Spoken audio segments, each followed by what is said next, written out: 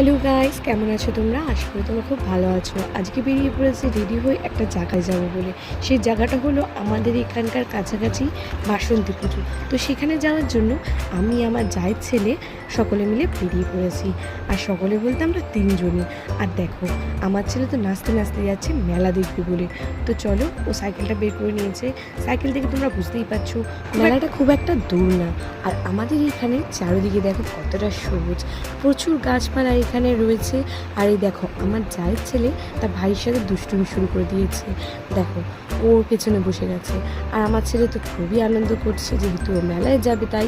আর এখানে দেখতে পাচ্ছ পুরোটাই কাঁচা রাস্তা। আর এই কাঁচা রাস্তা থেকে নদিয়া আর ওয়েস্ট বেঙ্গলের বর্ডার শুরু হয়।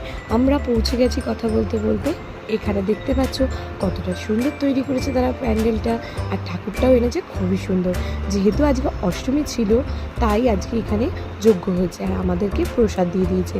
সেটা আমরা খেয়ে নিয়ে এবার একটু ঘোরাঘুরি করে ভাবলাম একটু বাদাম কিনে নিই। তো তাই বাদাম কিনে নিলাম, বাদাম কাকুর কাছ থেকে বাদাম কিনে নিলাম। যেহেতু সন্ধ্যে হয়ে গেছে, এবার বাড়ি যাওয়ার পালা। বাড়ি যাওয়ার পথে ভাবছি কী খাবো, তাই কিনে নিলাম একটা আইসক্রিম। আইসক্রিম খেতে খেতে আমরা বাড়ি যাচ্ছি। আর তোমাদের এই মিনি ব্লগটা কেমন লাগলো অবশ্যই কমেন্ট করে জানিয়ে। আজকের মতন টাটা।